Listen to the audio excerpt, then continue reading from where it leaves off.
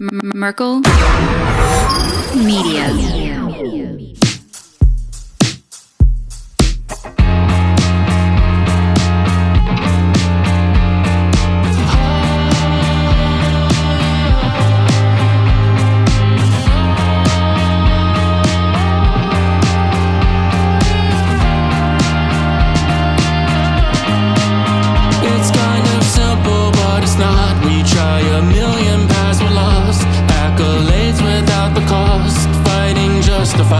I'm exhausted, looking for everything in the shadows. Start looking at people like they don't matter.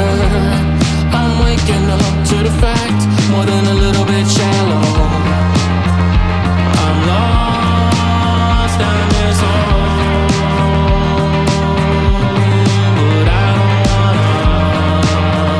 I'm lost in this hole, 'cause I'm just trying to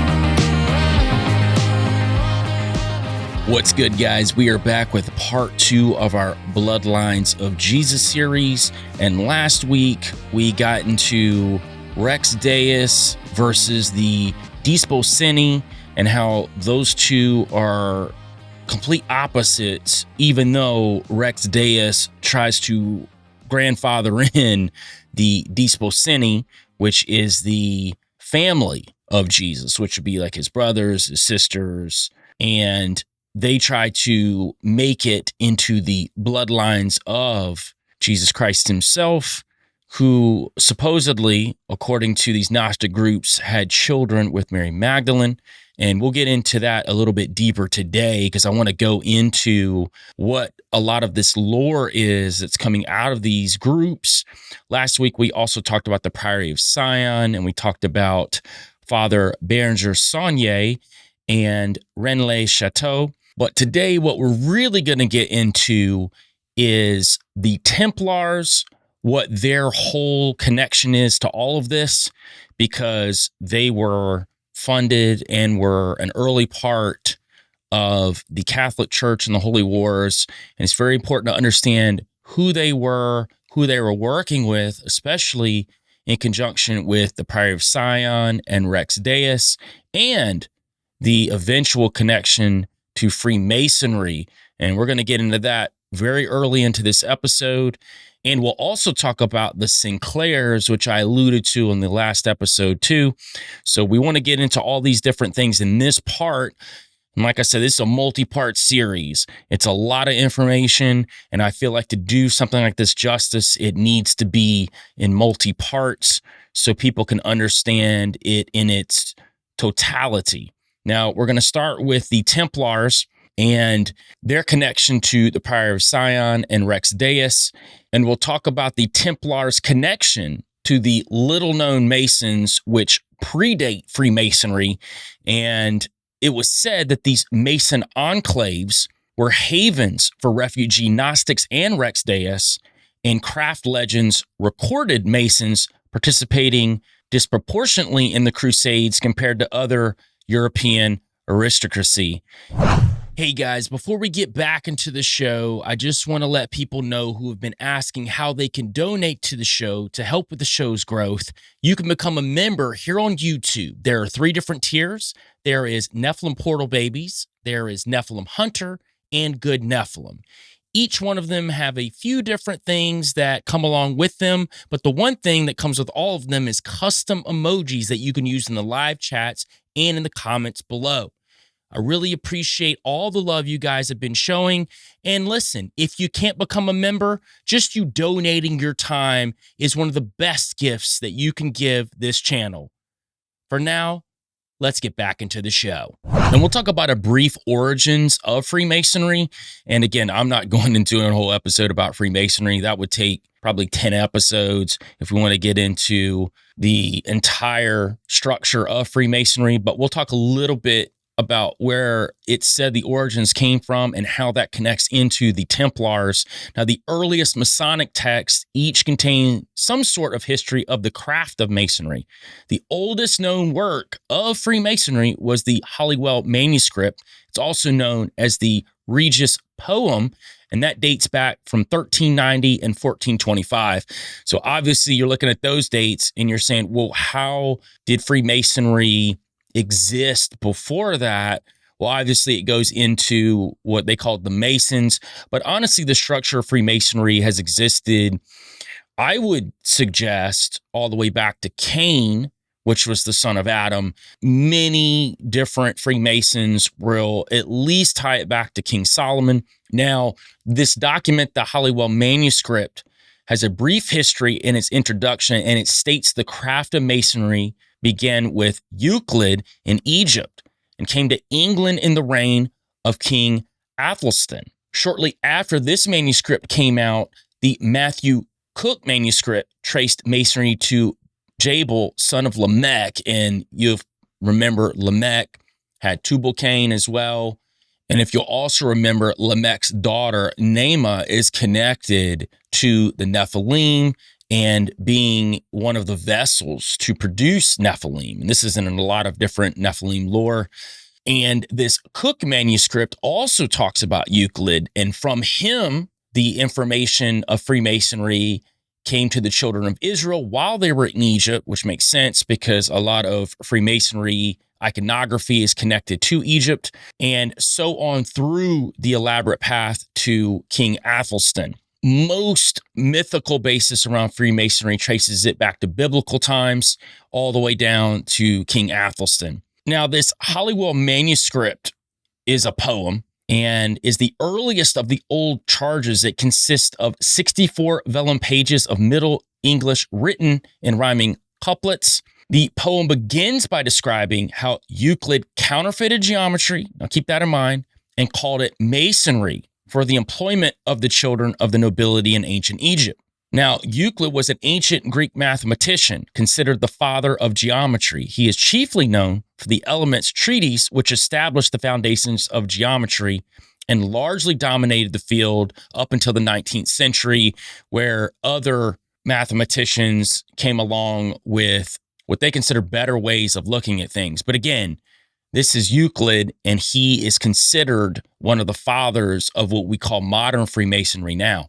Now, this Halliwell manuscript, this poem, in connection with Euclid, recounts the spread of the art of geometry into diverse lands. The document relates how the craft of masonry is brought to England during the reign of King Athelstan. Now, Athelstan was the king of the Anglo-Saxons from 924 to 927, and king of the English from 927 to his death in 939. He was the son of King Edward the Elder. Modern historians regard him as the first king of England and one of the greatest Anglo-Saxon kings ever. He was never married and had any children, which is also interesting. And he was succeeded by his half-brother. So here's this first king, which historians consider the first king of England, and he ushered in modern Freemasonry along with him. So it kind of lets you know that Freemasonry's been around for a very long time in different incarnations. I think it's more of the gateway drug to all these other secret societies, but I think it's kind of always been around.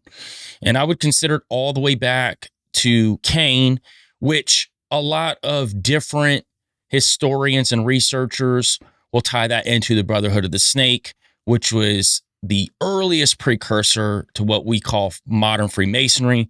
Maybe I'll do an episode on the Brotherhood of the Snake and maybe Evil Enoch too. Maybe that'll be a joint episode where I talk about both of those things because they pretty much go hand in hand. And back to the Halliwell manuscript, it tells how the Masons of the land came to this king, Athelstan, for direction as to their own good governance, and together with him, with the nobility, forged the 15 articles and 15 points for Masonic rule. And the origins of this manuscript are obscure.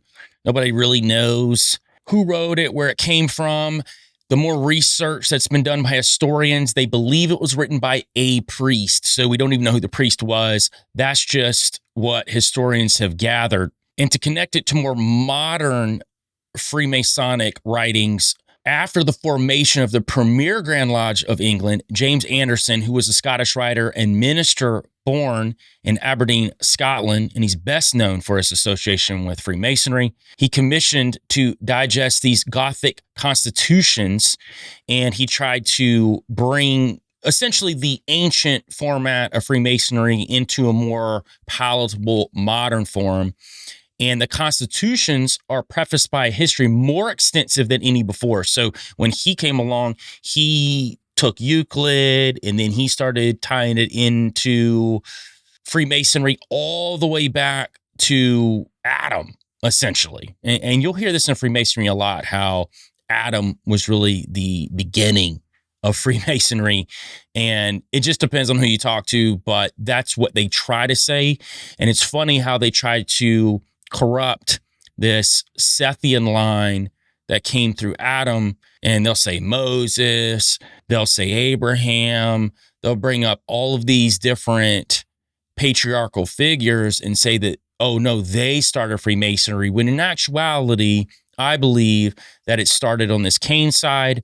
Obviously, after the flood with Noah, you had other characters that inserted themselves in these roles like Nimrod. So again, it's deception and corruption. And this is exactly what this entire series is about, is how you've got these groups who infiltrate something that's good and manipulate two sides of the coin. They'll manipulate what's good and twist it. And then on the other side, they'll give you the alternative.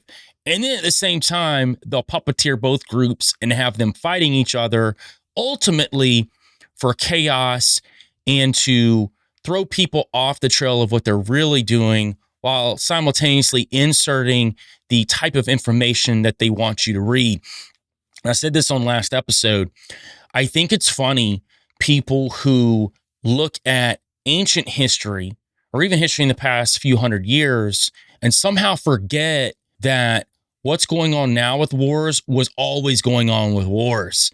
You know, it's the modern Gnostics trope to look at the Cathars and the Albigensian Wars and how that, oh, that's proof that the Gnostics knew what they were talking about because the Roman Catholic Church was wiping them out. When in actuality, if you dig into the deeper layers of what's going on, this Gnostic corruption was infiltrated on both ends. And they were puppeteering the entire thing. And really, it gets deeper when you start looking at their connections to the hidden knowledge, the occult, and who they were really working for. You know, they're presenting that they're protecting these bloodlines of Jesus, when in actuality, they are protecting bloodlines. And we're going to definitely look a little bit into that today, but that'll hit later as this series goes, about who these bloodlines actually are. Because the idea of all of these great occultists and theosophists and Gnostics is really to usher in this Antichrist. And what bloodline is this Antichrist going to come from? Well, they're going to present it as one thing, but is it really going to be that? And we have to really look at those deeper layers and how this operates. Now, I would say in the past 100 to 150 years, more modern authors have attempted to link the Templars, which we're about to get into, to the timeline of Freemasonry through the imagery of the carvings in Roslin Chapel in Scotland, where the Templars are rumored to have sought refuge after the dissolution of the order. The Hiram Key describes a timeline starting in ancient Egypt and taking in Jesus, the Templars, and Roslin before arriving at modern Freemasonry. And that the Hiram Key was written by Robert Lomas and Christopher Knight. And they specifically, again, they love tying in these holy biblical characters into their Gnostic, Freemasonry, and Templar evaluations. And we're definitely going to talk about Roslin Chapel pretty deep today. I want to get into some of the crazy stuff that's in the chapel, how that's tied in to the Sinclairs and the Templars specifically. And we're going to get directly into the Holy Wars because that's important. We're talking about the Crusades and we're talking about the Templars and what the Templars' actual agenda was of the Templars. So this Masonic Templar agenda was different than the participating Christendom of this Holy War, which I believe the Holy War was really more about the Templars and what they wanted. And in 1096, Pope Urban II, otherwise known as Otho de Liguori, was the head of the Catholic Church at the time and ruler of the Papal States from March 1088 to his death. He's best known for convening the Council of Clermont, which ignited the series of Christian military expeditions known as the Crusades. So he decreed the first crusade was because the Muslims continually assaulted Christian pilgrims. This is the known catalyst that started it. Historians will tell you that. This is what Pope Urban II said. But the Masonic interests behind the scenes were focused on reclaiming Jerusalem for themselves and plundering away any temple treasure they could pillage. So this is where all these different myths come from, what the Templars found there, including the Ark of the Covenant, the Holy Grail, which if some people believe it was actually a chalice, that's what it was. In actuality, what Rex Deus and the Priory of Sion said, there were documents, these Gnostic documents that were found from Jerusalem that the Templars brought back. And this is what gave us this genealogy of Jesus. Now, once the Christian Crusaders retook Jerusalem, a new order sponsored by these Mason Rex Deus organizations was ordained by papal bull. This order was the Knights Templar, which originally consisted of 9 founding members from European aristocracy, although Rex Deus records indicate there were 11. Depends on what you look at. I was looking at it online. Most say 9, but there are these supposed Rex Deus documents that say 11. But to get to these 9 that are generally talked about, most try to point to in mainstream that they were poor. Oh, these poor, impoverished monks. That's revisionist history. In actuality, these first Knights Templar were from important royal Flemish and French families, which ties it directly into the Priory of Sion and Rex Deus and these bloodlines that they were there to protect. So in actuality, the Templars came from money. They came from wealth. What they changed it to later on was, these poor Templars who, were just here to help until they got so much money and greed that they ended up getting ousted, which we'll talk about here in a little bit too. So we're going to talk a little bit about the Templar beginnings in these Rex Deus families. So the Templars initially arrived in the Holy Land on a mission to reclaim some treasure that they believed was rightfully theirs. Why did they believe it was rightfully theirs? Especially if they're these poor monks who came from nobody or nothing.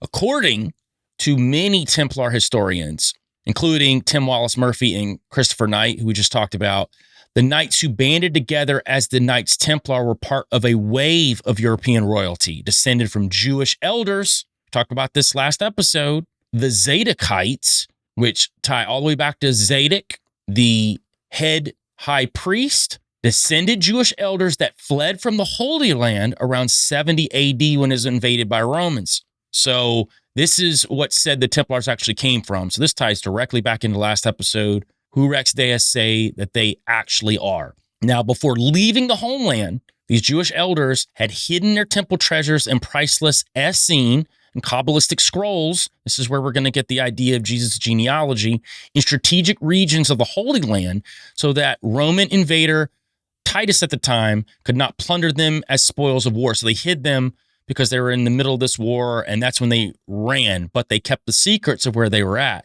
So those bloodlines ended up immigrating to Europe, and then they married into noble families. Of these elders, 24 would become the patriarchs of a group of European families known as Rex Deus or the Star families. So for hundreds of years, the secret locations of the treasure filtered down through the families, and these elders until the First Crusade. So again, the crusade was not about fighting the Muslims, not at the core, right? And here in a minute, I'm going to show you how there was a Gnostic sect of Muslims who worked with the Templars, and they were a part of this finding of the treasure as well. Super interesting how you've got these groups who are battling, fighting, and on the surface in mainstream history, we're looking at it like the Holy Church is trying to take back Jerusalem from these Muslims, and it's because they're trying to protect Christianity. That really had nothing to do with it. It really had to do the Knights Templar and these Zadokite lines trying to retrieve this hidden treasure and essentially working with these Gnostic Muslim assassins, which we're going to talk about here in a second too. Now, the original 9, in some documents 11, Knights Templar were either born into or related to the Rex Deus families, as was Godfrey de Bouillon, the French general who led them against the Saracens during the First Crusade.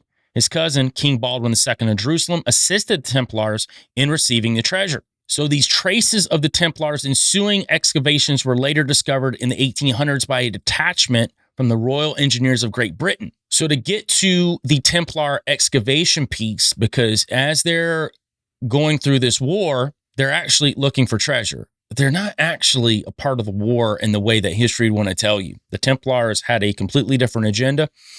And there are traces of the Templars excavations that were discovered in the 1800s by a detachment from Royal Engineers of Great Britain. So they actually discovered where the excavations happened. Obviously, they didn't find anything.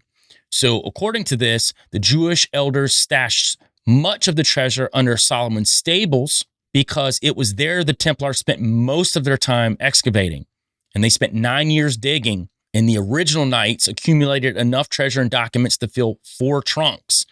So when their patron, King Baldwin II, suddenly got ill and died, the knights took 4 cases into Europe, and they stopped briefly at St. Omer in Flanders to have one of the documents copied and then replaced by a cleric there, and it was called the Heavenly Jerusalem. So this copied document is now at the Library of the University of Ghent in Belgium. So this actually exists. You can go look at it, and if you're here on YouTube and Rumble, obviously we'll show it up on the screen. So after a special ceremony with Pope Honorius III at the Council of Troyes, and I'm going to talk about the Council of Troyes a little bit later in this episode, this is when the organization was made official in the eyes of the church, 2 of the knights, Hugh de Pan and Andre de Montbard, carried the 4 cases of treasures to Kilwinning, Scotland, the location of the Mother Grand Lodge of Freemasonry. So this is where these 4 cases were said to go, and I'll talk a little bit later about where the cases might have went. We'll talk about Roslin Chapel. We're going to talk about an island where they still might be, where people are looking for lost Templar treasure. We'll get into that a little bit later. So back to this real war / fake war. Many Templar historians note that the order was opportunistically created as a ruse to protect Christian pilgrims as they journeyed to Jerusalem. And the reason why I say that they were created as a ruse is because Rome had already charged another order, the Knights of St. John, with the responsibility of the protection of the pilgrims. Now, the order of the Knights of the Hospital of St. John of Jerusalem, and sometimes they're called Knights Hospitaller, and it's a Catholic military order. It was founded in the Crusader Kingdom of Jerusalem in the 12th century, headquarters there until 1291. They're actually considered a sister organization to the Templars in many ways, and they actually had the inverse colors of what the Templars had, and we'll talk about that here in a little bit too. And the Order of St. John was militarized in the 1120s and 1130s, and it was during that time the Knights were called the Hospitallers, and the organization became a military religious order under its own papal charter, charged with the care and defense of the Holy Land, and fought in the Crusades. So they were actually the ones fighting. They were actually the ones who were charged with protecting the quote-unquote Christians. Because again, I don't think this was actually about Christianity in the slightest. I think this was trying to procure Jerusalem. I honestly believe that it wasn't even about procuring Jerusalem for the long term. It was about getting these secrets, getting these treasures that these Freemasons, Priory of Sion, Rex Deus, these Templars were trying to achieve in league with these other people in power. And we can tie this back into last episode with the Priory of Sion. Now, we talked about Godfrey of Bouillon, and he was a preeminent leader of the First Crusade and the first ruler of the Kingdom of Jerusalem from 1099 to 1100 AD. And he was reluctant, supposedly, to take the title of king, but he agreed to rule as prince under the title Advocate of the Holy Sepulchre. And Dan Brown noted that the Priory of Sion was founded in 1099, which 1099 is when Godfrey Bouillon was the first ruler of the Kingdom of Jerusalem. And this secret society, the Priory of Sion, was said to have been started by King Godfrey Bouillon. And he's said to be the first one who was at the top of this Priory of Sion. It also depends on who you talk to. But the dates match up with this priory, which is pushing, funding the Templars, who are also a part of this priory. It's all connected to Rex Deus as well. So here we got the first ruler of the Kingdom of Jerusalem after they take over Jerusalem, and the Templars are just running ramshod, grabbing these treasures, these Gnostic documents, and they are trying to protect these secrets. And you remember last episode, I was talking about Pierre Plantard and how he was the one that came out with the Les Dossiers secrets. And obviously they are in the mainstream said to be forgeries. And he did say in court that they were forgeries as well. But most people who have studied this fairly deeply think that that was just a ruse to say that they were fake, that they were actually real. And I think that was a double ruse. So I think later on, when these secret bloodlines of Jesus are revealed and this new Christ shows up who's from this bloodline, I think that we'll look back at the Les Dossiers secrets as being something that's real. They'll point to the fact that, oh, Plantard was scared of his life and they put pressure on him, so he came out and said that they were forgeries. Some of this is just speculation on my part, but I will say that I've seen the same speculation with others who have researched this particular topic. But there seems to be a disproportionate quantity of Masonic and Gnostic patronage endorsing the authenticity of the Priory of Sion and its history. So it makes it super difficult to discount it existed at all, even though we're being told to believe that the Priory was fake. Now, Sylvia Brown, who was an American writer and self-proclaimed medium and psychic. We're going to get into all that with her. And she admits that there seems to be many accurate details and truths in the forgeries, which leads people to ask, where did Pierre Plantard actually get his information?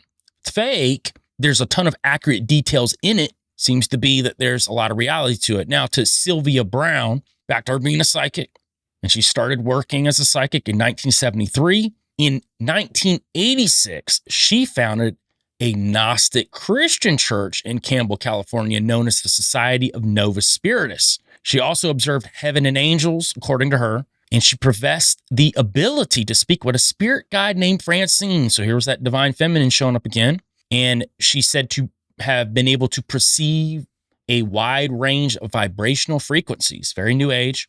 Now, I decided to go to www.novus.org to check out the Society of Novus Spiritus, and I was not disappointed, especially when we're looking at someone who has looked at the Priory of Sion documents and matched them up with pieces of history that line up perfectly in saying that, well, if you said they're fake, why is all this stuff real? Well, she's highly invested because her entire church that she started in Campbell, California, is a Gnostic church. And the headline, right when you go to the website, says, "The way of all peace is to scale the mountain of self.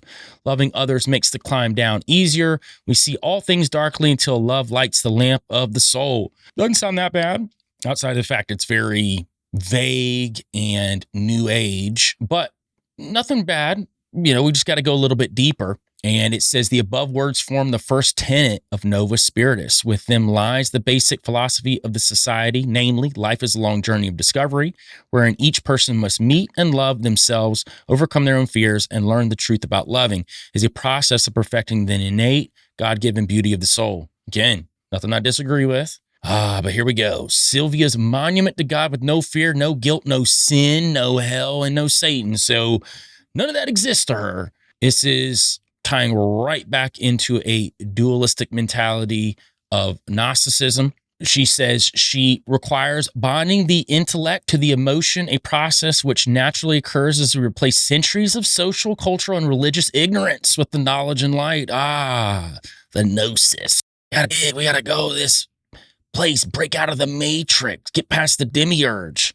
It's all right there. And she also says, this is where you really know, and never forget every person is part of God. This means anyone can be an agent for the divine and reveal great wisdom from him, capital H, him, God, and capital H, her. So here we are with the dualistic natures. This ties right into what she would suggest as Jesus and Mary Magdalene. You've got the divine masculine, divine feminine. And she also says a lack of understanding can impede one's spiritual growth. For without a solid reason for life, many people will merely say there cannot be a loving God, as evidenced by the pain and suffering in our world.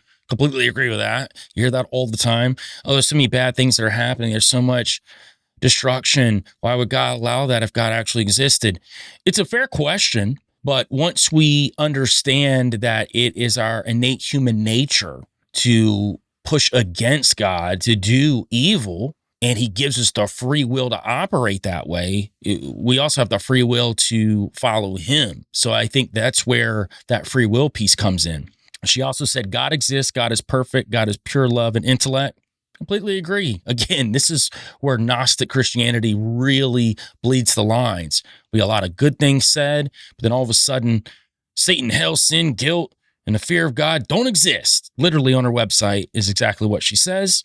She says, no, an all-loving God does exist. Completely right, but she takes away the other part of it. She says, we know that all of creation is the work of both a male and female God. While God the Father holds creation in a constant state of being, God the Mother actively works with us and through us for learning and perfection. We also find that each of them is a distinct entity, not just a nebulous force.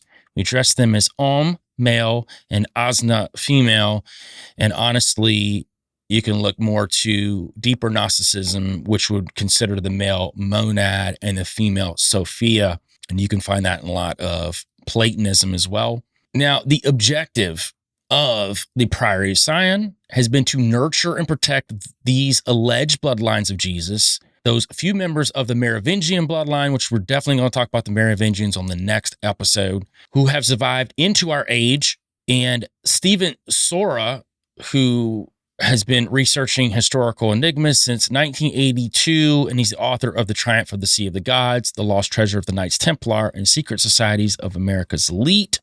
He says that the Knights Templar were organized to conceal the true motives of the Order of Sion, for their true motive was to reestablish the kingship of Jerusalem with French bloodlines descending from Jesus and Mary Magdalene.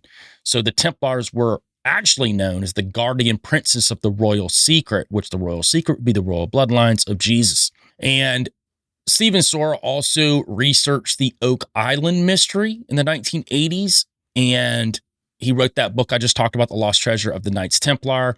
And we were talking about the Mystery Island earlier on in this episode, and that goes into the Oak Island mystery. And it's a series of stories and legends, and it's concerning buried treasure and unexplained objects found on or near Oak Island in Nova Scotia, Canada. And as of this day and age, the main treasure has not been found, but the hypothesis is that the Holy Grail or the Ark of the Covenant or Shakespearean manuscripts, all these things were buried there by the Knights Templar. Now, that's if you think the Holy Grail is an actual cup, but if we think the Holy Grail is some sort of documentation, or the Holy Grail is the actual body of Mary Magdalene, maybe that's where their moving that into. But again, when we refer to the Holy Grail during these episodes, we're not talking about a cup that Joseph Arimathea was taking the blood of Jesus as he died on the cross into this cup. We're talking about the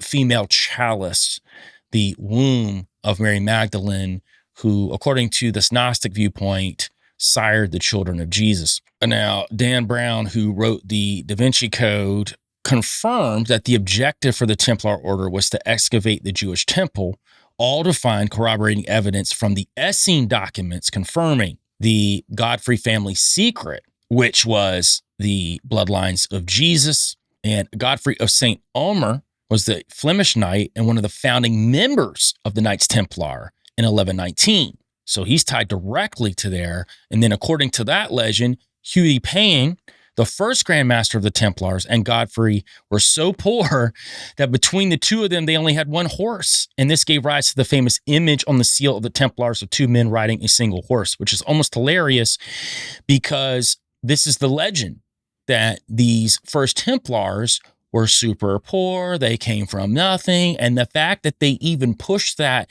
in imagery, that was the famous seal of the Templars, which had Hugh Pan and Godfrey of St. Omer as these two founding Templars, is being two men riding on one single horse because they only had one horse between them, is actually hilarious. That they were deceiving people as far back as then, which trickles all the way to now.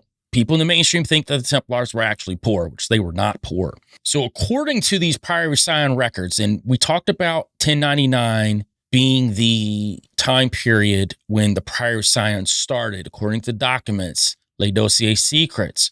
Actually, according to these Sion records, it was reestablished in 1099, and it wasn't necessarily created then. The elder organization was known as the Brothers of the Red Cross, which was the same emblem adopted by the Knights Templar, who then passed on this legacy to the Rosicrucians, which you'll sometimes see the Rosicrucians tied into the Rosy Cross. But this is the original Brothers of the Red Cross, which predated the documents of the Priory of Sion, which essentially they were the Priory. This Brothers of the Red Cross, and this Brothers of the Red Cross was a Gnostic order originally established as the Sages of Light in Egypt by Ormus, an Alexandrian allegedly converted by St. Mark. So this ties back into Essene literature, which connected Ormus and his disciples until 1181. And the Brotherhood of the Red Cross was a fusion of the Essenes, the Godfrey's group, and the Priory of Sion. So this was, again, the Brotherhood of the Red Cross is a descendant of the Sages of Light, which was originally started by Ormus. And this is all according to Rosicrucian literature, and we'll get into Ormus a little bit later too, but Holy Blood, Holy Grail talks about it, and obviously there are people who throw a lot of this out because they think that it's pseudo-historical literature, when actually I believe that these groups absolutely existed. There's too much evidence of these groups existing, but it's what you believe about the groups. Do you think they're really protecting the bloodlines of Jesus, or are they protecting some other bloodline? What other secrets? And it just all goes to the look over there, I'm doing this over here mentality of these secret societies. So in essence, the Priory of Sion established the Knights Templar as its own private military arm. So when they went into Jerusalem, they were searching out these hidden secrets that the original Zadokites left there when they left from the attack from the Romans. But they knew where these secrets were hidden, so they knew where to go and get them when the Templars went back in. Now, how the Priory established the Knights Templar was through a Catholic-sponsored organization with the help of St. Bernard, and which made the Templars fully accepted and integrated into mainstream Christianity, which was very important because for the Templars to operate with power, they needed to have the Catholic Church behind them.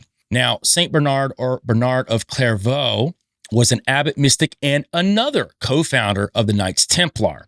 So he founded Clairvaux Abbey only a few years after becoming a monk. In the year 1128, Bernard attended the Council of Troyes, the Knights Templar were given all this power, in which he traced the outlines of the rule of the Knights Templar, which soon became an ideal of Christian nobility. So we've got this Gnostic group, the Templars, which are taken in by the Catholics, which means that there are people in high power Catholicism who were Gnostics too, brought them in to grab these secrets, hide these secrets, but in conjunction, we're working with Gnostics on the other end as well. Now, the Knights Templar became an exoteric creation of an esoteric order, which would be the Priory of Sion. So this esoteric hidden group, the Priory of Sion, was using this exoteric group, the Knights Templar, to basically do their bidding. Well, actually, they were part of them, but they were the group that everyone saw that was this great Christian Catholic group. But in essence, they were something completely different. Also, the original Knights Templar wore white garments like those worn by the Essenes, and that was until 1146, when Bernard authorized the Templars to don the red cross as well. And this ties into the Rosy Cross, which trickles down to Rosicrucianism. And this was up until what they call the cutting of the elm in Gisors. And in Gisors in Normandy, this is mainstream on what they say that the cutting of the elm was. It was a diplomatic altercation between kings of France and England in 1188. The elm tree in Gisors in Normandy was felled. That is the cover story. Now, what other historians are saying is, and Pierre Plantard was one of the ones that talked about this, the cutting of the elm was portrayed as the marking split between the Knights Templar and the Priory of Sion. And if you know, there's a massive fall of the Templars, right? And the Priory just stays in the shadows. They're still operating, they're still working.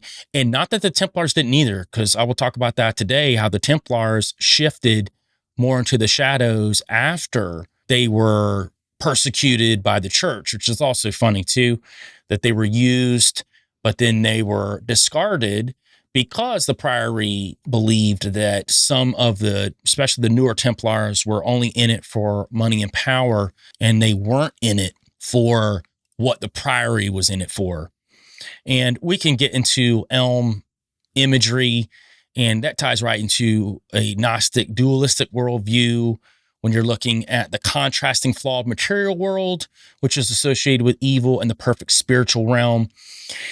And we can also look at nature as flawed. And from this perspective, the material world, including nature, is seen as imperfect due to being created by a lesser flawed deity called the demiurge, or some people call Yahweh. That's what the Gnostics consider Yahweh to be, who is the ignorant of the true transcendent God, which will be the monad. And the elm tree is also associated with wisdom, intuition, and many mythologies.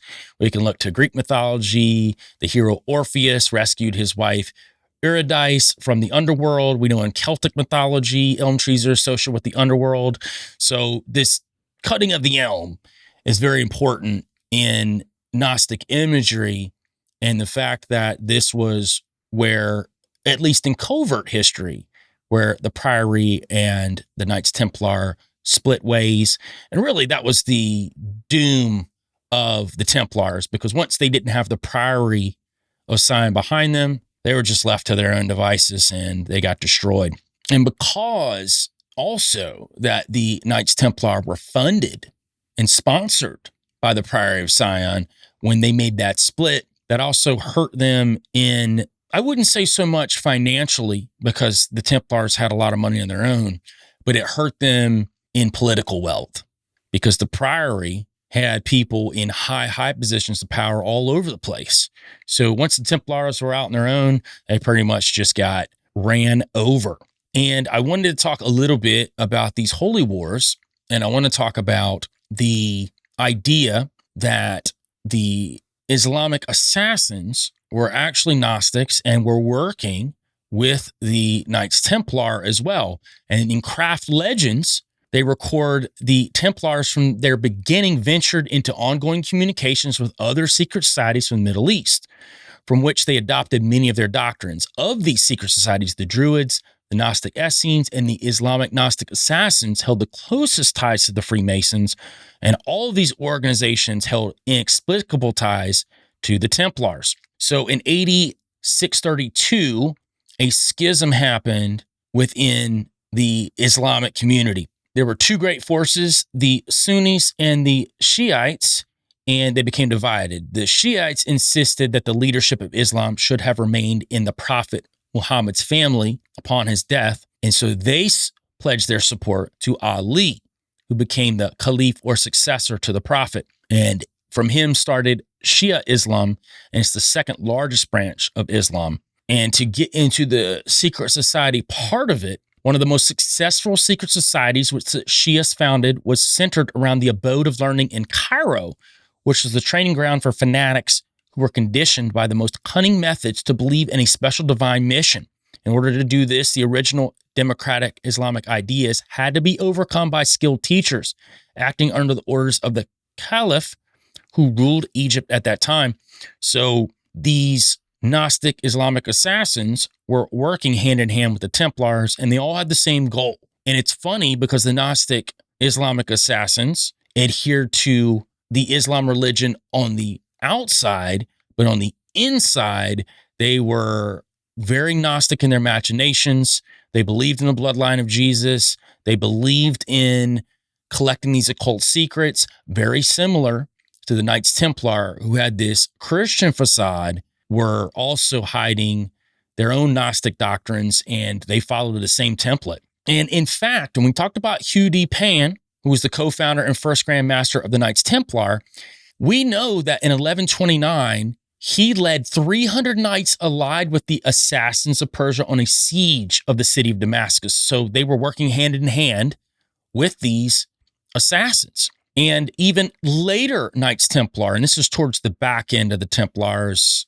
when they were still in all of their glory, many of them were in truth Palestinian by birth and totally fluent in Arabic and thoroughly familiar with the assassins. Assassin derived from the Arab word assass, meaning guardians or guardian brothers. So what were they guarding, right? Guardian of the secrets. Almost all groups have an ancient name signifying either a watcher or a guardian of ancient knowledge. This ties right back into the book of Enoch and the watchers, these guardians of ancient knowledge.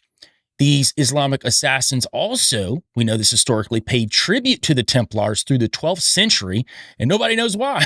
Well, I know why, but the mainstream historians can't figure out why. In 1198, Bernard the Treasurer, who is only known by the Chronicle of Ernal, who was a squire, who wrote an eyewitness account of the fall of Jerusalem in 1187. This Chronicle of Ernal and Bernard the Treasurer recorded the leader of the assassins inexplicably treating the Templars as if they were royalty, but with no explanation. So this is the writer just telling what he saw. And as a matter of fact, the assassins were also used by the Templars as translators, interpreters, spies, ambassadors, and contract killers. So they were essentially mercenaries that worked with these Knights Templar. And it kind of made me think, and I'm a huge fan of the Assassin's Creed games, and it really made me think about the struggle between the Templars and the Assassins, but how they both have this very similar belief system, but also different at the same time. And I'm wondering if the creators of the game, because the game is super Gnostic. I mean, from beginning to end, all of them. And it's all tied into Freemasonry, Illuminati imagery, and everything else, Templar imagery. But it made me think as I'm digging into this part of it that, oh, wow, game is a derivative of this Templar assassin relationship. Now, according to Godfrey Higgins, and he was an English magistrate and landowner, a prominent advocate for social reform historian and antiquarian, he wrote concerning ancient myths, and he actually wrote all the way back to a supposed lost religion of Atlantis. He stated that the Assassins and the Templars were identical. The Assassins organization was the clandestine, mystical organization brought back to Europe, which flourished under its new Christian disguise and in the protection of the Roman Church. These founding seeds eventually led to the Templars' downfall as heretics, which is funny because when they had that split with the Priory of Sion, they were pretty much left out to their own devices. The Catholic Church and the Priory, all of them had all the ammo they needed. All they had to do was pull up all of the Gnostic belief systems that they had and put it at the forefront and just wipe them out. because, they've been doing all this stuff in secret, even though all along they knew that they were doing them in secret because they also believed them. But the Templars basically got too big for their own britches and got taken out. So I talked about the Council of Troyes a little bit earlier, and this is where in 1128, the Templars were granted the status of a sovereign order and were adopted as the holy warriors of the Catholic Church. And they received enormous gifts from all the great lords of Europe. Yeah, tell me they're not connected to secret societies getting all that. And it was convened by Bernard of Clairvaux, which we talked about, in the city of Troyes. And it was largely attended by French clerics, assembled to hear a petition by Hugh de Payne's, head of the Knights Templar. And what Hugh de Payne petitioned for was rule for the Templars. And the council passed, and they were granted the right to retain all plunder pillaged from the Muslims under this edict. And also, they were given power over pretty much whatever they wanted to do. They only answered to the Pope. That was it. No bishops, nothing else. Pope Innocent II, who was the head of the Catholic Church in the time, he granted the Templars international independence from any obligation to any authority other than himself. And this papal bull, which if people don't know what a papal bull is, it's just a type of public decree issued by the Pope from the Catholic Church. And there's a seal, the bulla, that is attached to it to authenticate it. And in this papal bull, it granted the Templar order the unprecedented right to administer the law as the high justice in the lands under its control. The Templars were a law unto their own in the nations in which they resided. So they answered no one but the Pope. They created the law. And until the split at the Elm Tree, they operated as such. And the Templars were smart. They didn't just hoard their wealth. They converted a lot of their gifts by exchanging them for lands and buildings of their choosing. And as a matter of fact, they strategically located these near main arteries of commerce, and they made themselves basically the conduits between far regions of Europe. So all trade, all traffic passed through everything the Templars owned. The Templars were running everything at the time. Outside of the Pope, they were running everything. So I just want the modern Gnostic to understand that the Catholic Church was out here wiping out Gnostics. The Gnostics were, quote unquote, wiping out other Gnostics. And those Gnostics weren't even considered to be the real Gnostics. It was the secret societies behind all of it were considered the real deal. Yeah, I just need people to really understand that. I don't think that clicks with a lot of people because it's funny. We look at old history, and I said this early in the episode, we look at old history and we don't, the conspiratorial mind can't process it the way they do now with wars. Oh, we're quick to say that, there's elitist groups behind the scenes that are pulling the strings between wars on both sides. But yet, when we go back in time, when a lot of these wars were connected to religious ideologies, way more than they are now, that's when we draw the line. No, those are real. They were wiping them out. They were doing it. I promise they were. That's your own ideological ideas coming into play, and you're not looking at it from the fullest because these secret societies were involved in both ends of it. Now, I know there's going to be the conspiratorial crowd out there that, see, all religion's fake. It means that there's no God and there's nothing. That's not it either, because something good is always throughout time going to be infiltrated and twisted by something evil. That's when you have to dig through the layers and find out what the real truth is. Now, when Jerusalem fell back into the hands of Islam in 1188, this is when the Priory of Sion officially split away from the Knights Templar. And we talked about the famous legendary event, the cutting of the elm in Normandy. And this is because the Priory held the Templars responsible for the loss of Jerusalem and then accused the Templars of falling into disfavor through greed. So back to the Priory started the Knights Templar. The Templar got too big for their britches, like I said, started accumulating all this wealth, all this power, forgetting where they came from. Because at the end of the day, these other hidden organizations were far more powerful than Templars ever thought that they were. And this was the cutting of the elm. This is when the Priory of Sion was like, we're washing our hands of you. We're done. And find out what happens. And they said, the Priory, at this cutting of the elm, that the Templars betrayed their ultimate mission, which was the preservation of the bloodlines of Jesus. And this was laid out by Hugh de Payne at the creation of the Knights Templar. So what he started was not where it ended up. And this, to get a little deeper with the actual elm tree, it was famous for its size, age, and magnificence. And the French word for elm is orme, O-R-M-E, as in the Gnostic Ormus of Egypt. And we talked about Ormus. And according to 18th century Rosicrucians, the founder of the Rosicrucian order was Ormus, an ancient Egyptian priest and mage of Alexandria, who was converted to Christianity by St. Mark in the year 96 AD. He allegedly reformed Egyptian magic to fit the teachings of Christian religion and founded an order called the Society of Ormus to pass his teachings. So you'll find this in Pierre Plantard's Priory of Sion articles.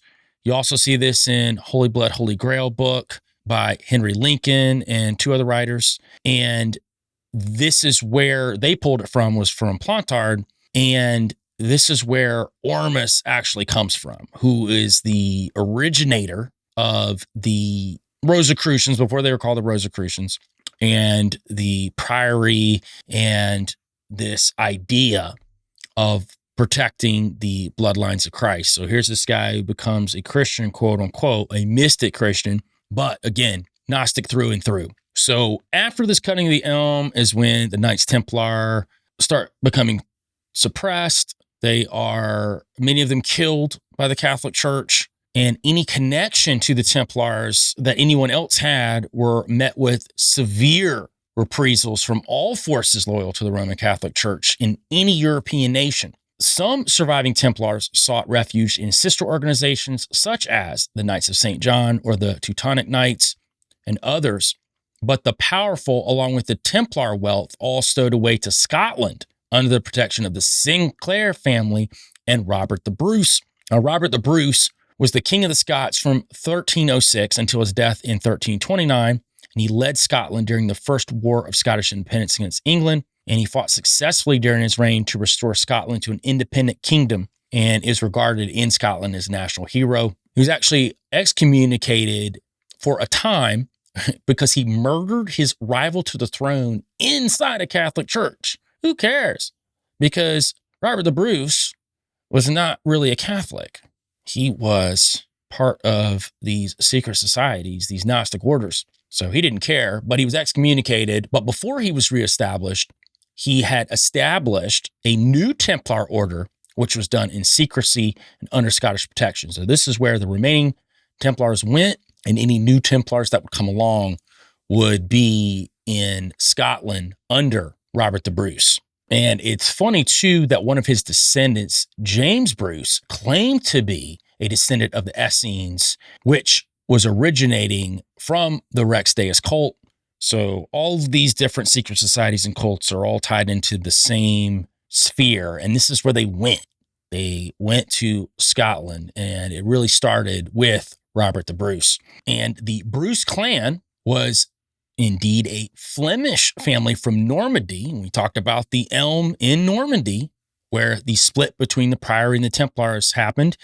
And the Bruce clan's family maintained Templar membership throughout the generations. And we know this historically. And the de Bruce family had long and strong ties to the powerful Sinclair clan. This is where we're going to get right into the Sinclairs, because they're very important to all of this when it comes to the connection to Roslin Chapel, the connection to Les Dossiers Secrets, to the Priory of Sion, and these hidden bloodlines of Jesus. It really comes to fruition with the Sinclairs. And in 1062, to give you a little bit of historical tie-ins here with the Sinclairs, before the famous Battle of Hastings, the Norman knights first arrived in Scotland and Ireland. These knights included William the Seemly Sinclair, whose descendant, Henry Sinclair, was a battle partner with who? Hugh de Payne, one of the founders of the Knights Templar. So we have this connection between the Sinclairs and the Templars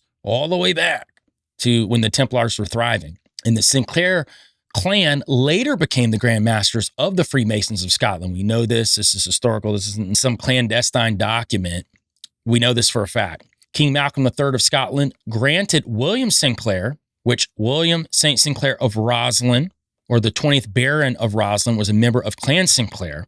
His title, Baron of Roslin, was a noble title of feudal origin in the baronage of Scotland. And Malcolm III granted William Sinclair the lands at Roslin and then made William's son Henry the Earl of Roslin. Henry Sinclair took an active part in the first Crusades as part of the originating and founding Knights Templar. So Sinclairs are tied all the way back to the beginning of the Templars. We know this. So we've got this tie-in. We know where it came from, even in the early machinations of the Knights Templar. And we know that William Sinclair was a Scottish Freemason. He was known as the first Grand Master of the Grand Lodge of Scotland. He became the first Grand Master Mason by acclamation on St. Andrew's Day of the same year, and that was in 1736. And according to Templar authors, William Sinclair of Roslin was believed to have been a member of Rex Deus that preserved the important ancient knowledge concerning the Holy Grail, the holy blood of the Merovingian dynasty, which we'll talk about next episode, and information on the undiscovered continent across the Atlantic. So this undiscovered continent, America, the Americas, it ties right into the Templars as well. And this Sinclair Grand Masters of the Priory of Sion were also the Sinclairs of Freemasonry in Scotland. And if you'll remember, the first name on the list was Mary de Sinclair, and she was the daughter of Robert de Sinclair, and she married Hugh de Payne, also of Templar fame, who we've been talking about. This also trickles down to Jean de Sinclair, and he was descended from her house, and he was also one of the Grand Masters of the Priory of Sion on the list that Plantard had put out. So again, when I talked last episode about the Priory documents and how somehow every single person on that list is connected, mainstream historical evidence, it starts adding up. They were connected for some reason, and we have to figure out why. If this document's all the way fake, why is so much of it verifiable? And the Sinclairs actually adopted the Gaelic title Earls of Roslin after the name of the town, and this was around 1100 AD, when Henry Sinclair returned from the First Crusade. And it's a title that translates ancient knowledge passed down the generations. So hidden knowledge passed down, even in their name, it represents the esoteric knowledge they're protecting. Now, Freemasons actually believe that the Roslin Chapel was built to be a memorial and a safe place for the excavated Jerusalem scrolls and other ancient treasures and knowledge that the Templars retrieved when they went into Jerusalem. And Masonic historians hail Roslin Chapel as the missing link connecting the Knights Templar to speculative Freemasonry. And we're going to get into the Roslin Chapel now. There's some really interesting stuff there in the Roslin Chapel. And a little background on the Roslin Chapel. It's a 15th century Episcopal chapel located in the village of Roslin in Scotland. It was founded by William Sinclair with a groundbreaking ceremony in 1456. And after the Scottish Reformation in 1560, it was largely abandoned, but following a visit by Queen Victoria, interesting, it was rededicated in 1862. And from the 1980s on, it has been the subject of speculative theories. This is all mainstream talk concerning a connection with the Knights Templar and the Holy Grail and Freemasonry, which all is provable by going into the Roslin Chapel because there is plenty of Freemason and Knights Templar iconography in the chapel. So that's not debatable. And currently, the Roslin Chapel remains privately owned. But to get to some of the things that are going on in the Roslin Chapel, ancient astronaut theorists will point to aliens, lots of aliens. So some people suggest that the Roslin Chapel is a stargate for extraterrestrials. And the reason why they think that is because of all of the strange, they call them green men. It's 110 carvings in and around the chapel. And some people say they're human faces. They don't look like human faces to me, and we'll show them up here on YouTube and Rumble. And on the outside especially, there's greenery growing out of their mouths. So it's super weird. There's also carvings, which some seem to depict Indian corn or maize, which is really strange because how would they know that during that period of time? Because they didn't, or did they already come to the New World? Very interesting. We got to consider that. Also, there's many intricate carvings, and there's a sequence of 213 cubes or boxes protruding from pillars and arches with patterns on them.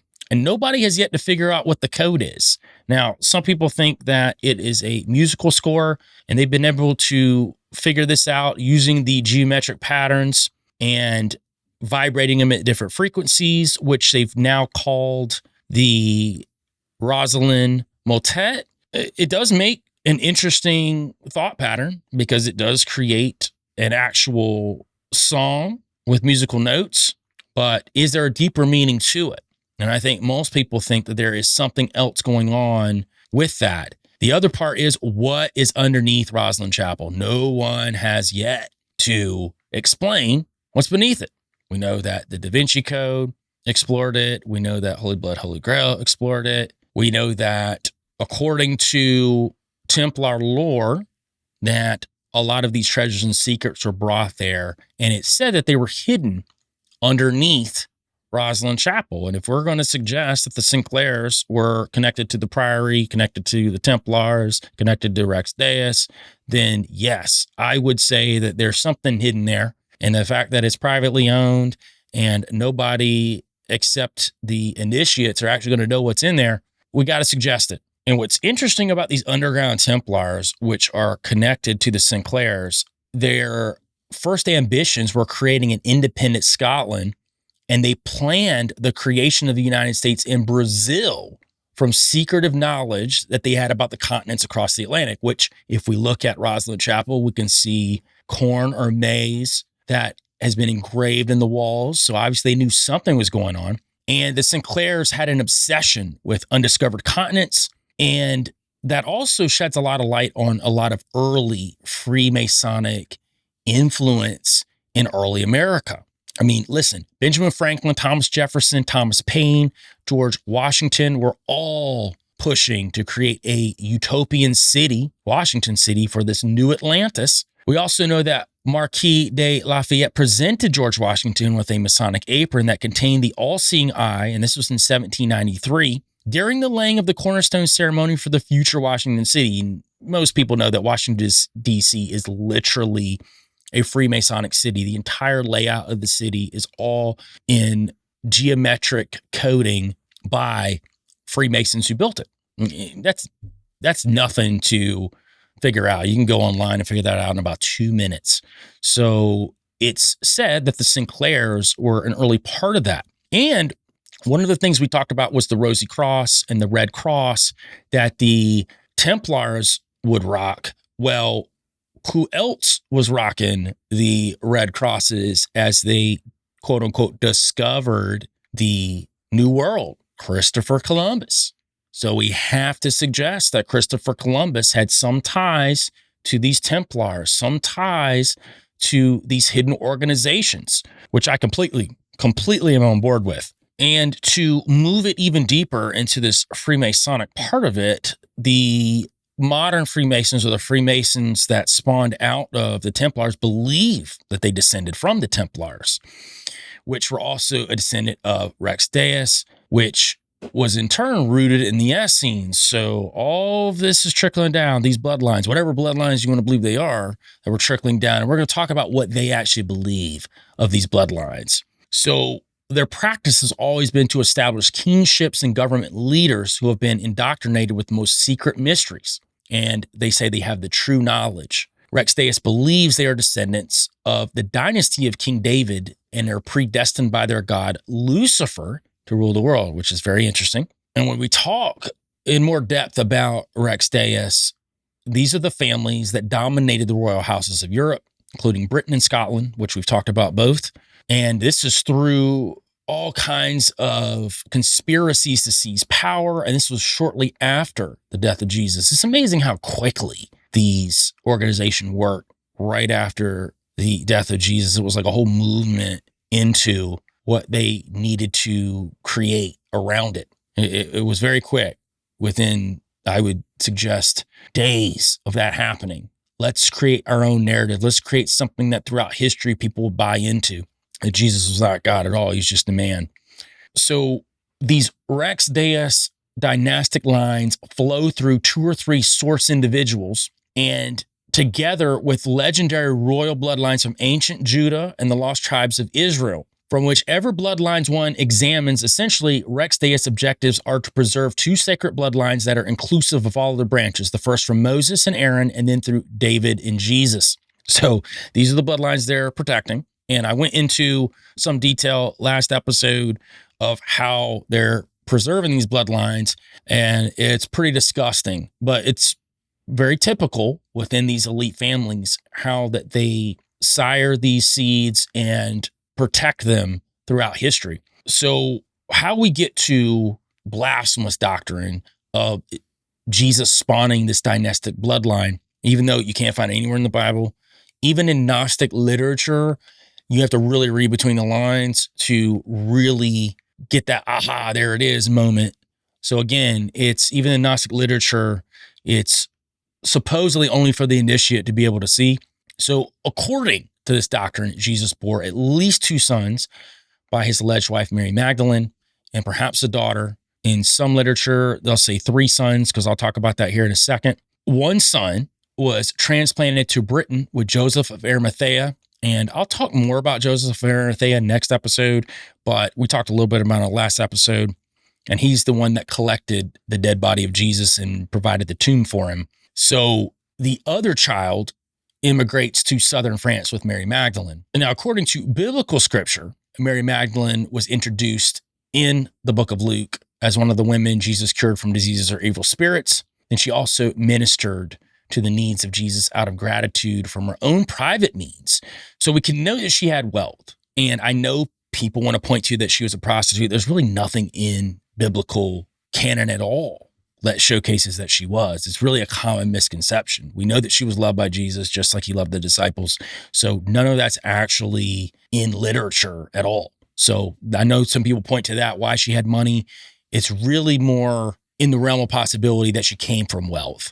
So Mary Magdalene was also one of the first people that saw Jesus when he appeared on the first Sunday of his resurrection. And she was also one of the women who patiently and faithfully waited until the dead body of Jesus was removed from the cross and taken to the tomb owned by Joseph of Arimathea. So she's very close to Jesus. And this is where this like Gnostic idea of they were together comes from. So where did Magdalene come from, right? So it's unexplained. We don't know why she's called Magdalene. It's not defined. It was chosen by biblical authors to distinguish her from the other Marys recorded. So it gets interesting here about the Magdalene idea. So according to Frank Joseph, and this is Frank Joseph Collin, in his writings, he went by Frank Joseph. And the reason why he went by Frank Joseph in his writings later, guess what? He was an American former political activist and Midwest coordinator of the American Nazi Party, later known as the National Socialist White People's Party. In 1979, he was actually convicted child molester and sentenced to 7 years in prison. And he lost his position in the party. And when he was released on parole, he created a new career as a writer, and he wrote many occult and New Age ideas. And he went by Frank Joseph. Well, he talked a lot about the Atlanteans. He was ex-Nazi. He was tied specifically into the occult when we're talking about these secret chiefs, the Great White Brotherhood. He's tied into all of that, right? So he talks about Magdalene.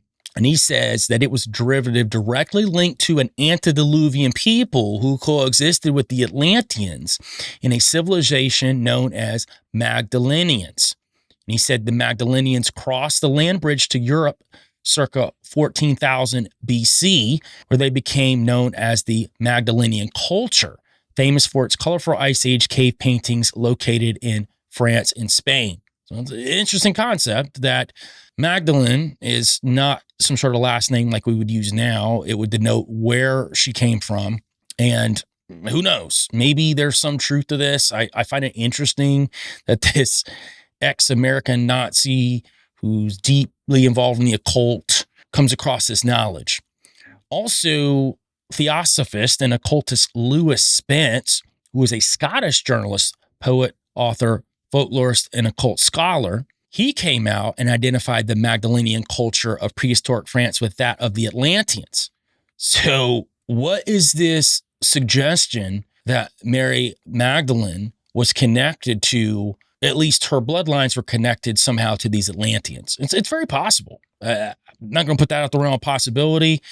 I'm not saying that the sources are super on it as far as people I would trust, but at the end of the day, we have to at least look at these connections, because we do know that the Magdalenians existed in some format throughout history, but where they came from and what they did, we don't really know. Now, as we continue down these Gnostic legends, the supposed sons produced from the marriage with Mary and Jesus were separated to secure their safety, ensuring the continuation of the Grail bloodline. Now, the first son of Mary Magdalene was called Jesus II, and during this time, Mary and the original Jesus, according to the lore, was reunited after years of separation in 36 AD, whereby Jesus II was born in 37 AD, before separating and reuniting once more in 43 AD, leading to the birth of Josephus in 44 AD. Not the Josephus that wrote Antiquities of the Jews. This is a different Josephus. This is Jesus's other son. And during this time, Mary Magdalene and Jesus' sister, Mary Jacob, were recorded in the Acts of the Magdalenas as traveling to Gaul in 44 AD. And this is when Mary died in 63 AD. Now, in 53 AD, Jesus II was proclaimed crown prince in Corinth, where he received the Davidic crown, the Dividum. Jesus II later traveled to Britain with Joseph of Arimathea. So you're going to see Joseph of Arimathea constantly working with the sons. And during this time, he made Glastonbury his home. This is Jesus II. And he actually was indoctrinated, according to this Gnostic lore, into Druidic mysteries. And he actually is believed to have remained celibate. So the Sangreal, at least with him, stopped. But the second son, Josephus, inherited the Grail heritage, and he became the new Dividum, and he dropped the Joseph title. He was educated in a Druidic college, so they're all learning from the Druids. It's crazy how Jesus' sons are learning from these Druids. And he eventually settled in Gaul. And then there was a third son, James, and he was entrusted to Judas Thomas, the Metus, the so-called twin brother of Jesus, while Jesus II was temporarily entrusted to Mary Magdalene, who both fled in opposite directions. So this is where that third son comes into place. And to get to what the Priory says that the Holy Grail actually is, because now we figured out these bloodlines. So we know that Josephus and James, which are the other two sons, carried on this bloodline, but they were protected by Joseph of Arimathea and obviously Mary Magdalene and some of these other people within this Rex Deus. And it's funny how like the real Jesus pops in and out consistently throughout these stories. Now, to get to what they think that the cup or chalice is, or what they say that it is, they said it's an allegory encrypted in Rex Deus secrets, and it's a legomenism. And I explained what legomenism is in the last episode, which is just a form of being able to look at any form of literature, and you've got the physical manifestation of it, you got the metaphorical manifestation of it, but then there's that third piece, the deeper piece, and this is what legomenism is. It's the secrets that only the initiate can see. And the Grail was originally identified as Sangreal, Sngraal, meaning holy chalice. The Grail is ancient Mesopotamian word meaning nectar of supreme excellence or blood, which was actually consumed by antediluvian gods and kings. So this is where we start figuring out what this bloodline really is. The drinking of blood. This is where the word Grail comes from. G-R-A-A-L, and this ties right back into these antediluvian gods and kings, these fallen angels, these Nephilim kings. Now we're starting to reveal this hidden bloodline is more than likely from. The Sangreal, S-A-N-G-R-E-A-L, was a perversion of Sangreal, shaped as a deliberate misdirection and diabolical allegory from which Grail legends were then authored. Most average people believe the Grail was the chalice containing Jesus' blood collected by Joseph of Arimathea on the cross. But in Gnosticism, Joseph collected the messianic bloodline from the cross. He collected the not dead Jesus. Rex Deus tradition, though, the pure form of Grail is Sangreal, Sangreal, or royal blood, meaning royal bloodline. And you'll see that in Dan Brown's book, and you'll see it in the Da Vinci Code movie. They go into that meaning. And to others, Sangreal, Sangreal, means royal blood as well. And according to Rex Deus chronologist Lawrence Gardner, the Grail always secretly represented the royal bloodline, the messianic Sangreal of Judah, and not the chalice. And according to Rex Deus researchers, and the Priory of Sion insists that the Grail and Arthurian tales, and we're going to talk about this in the next episode, we're going to get into some of these fictional tales, which actually are hiding what the bloodlines of Jesus or the Holy Grail actually means. Grail and the Arthurian tales encrypt the chronology to the royal bloodline, which specifically carries the Mary Magdalene and Jesus bloodline descending down through the Merovingian dynasty. And in Priory of Sion symbolism, the rose and the Grail are synonymous. So that's why we're always talking about Roslyn, the rose. It represents the Grail, and the Grail is represented in antiquity by the glyph V, which the V represents a cup or chalice, or it's an allegory for the woman's womb of the sacred goddess. And this ties into matriarchal bloodlines of the Nephilim.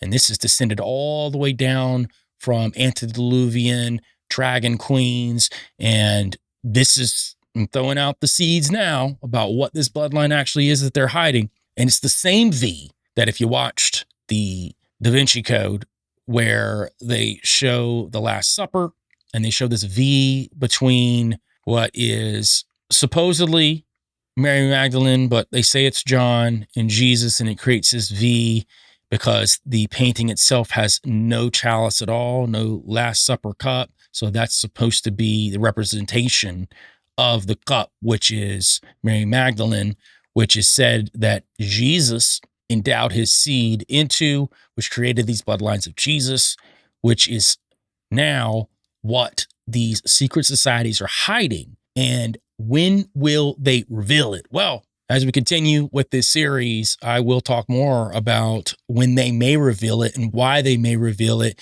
and what it will actually mean when it is revealed. Guys, I appreciate you being here again for another episode.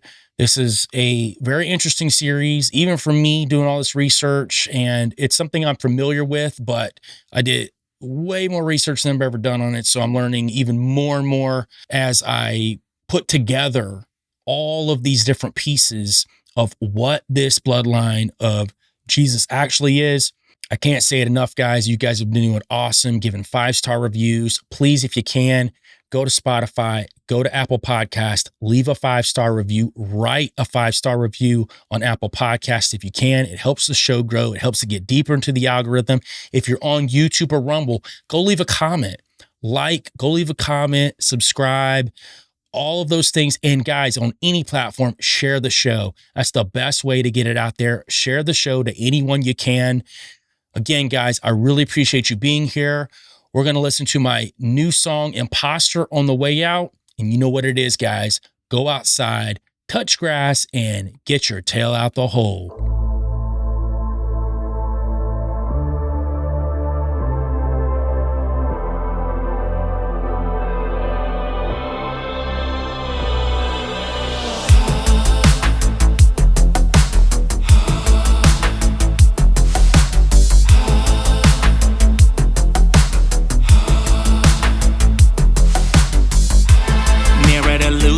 I'm in a fun house, locked in a boxcar with all of these clowns. Don't feel like I belong, but maybe I do. Cause when I look in the puddle, maybe I'm just a ruse. Or maybe I'm just confused. Ooh, I'm a gorilla in the jungle, but my mind's got me trapped in the zoo. Ooh, what you see is not what I see. Cause I could be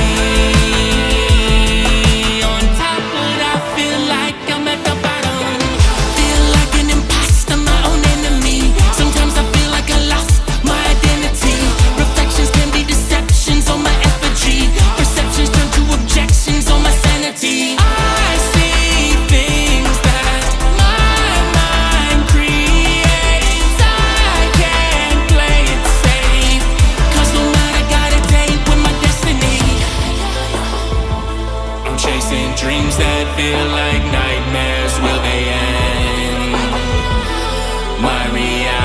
she's more friendly than pretend. And I don't know if my perception's innocent. I'm never satisfied, I'm looking to transcend. Real me gets confused with the clones I create on my own. My palace corridors to the lab, it's a throne. Pyramids of deception above the halls of a minty. If I leave, will I even miss me? Yeah. Face to face with my ambition, yeah. My position with me, I'm in competition, yeah. I could be superstitious, cause it feels like it's a sickness. What you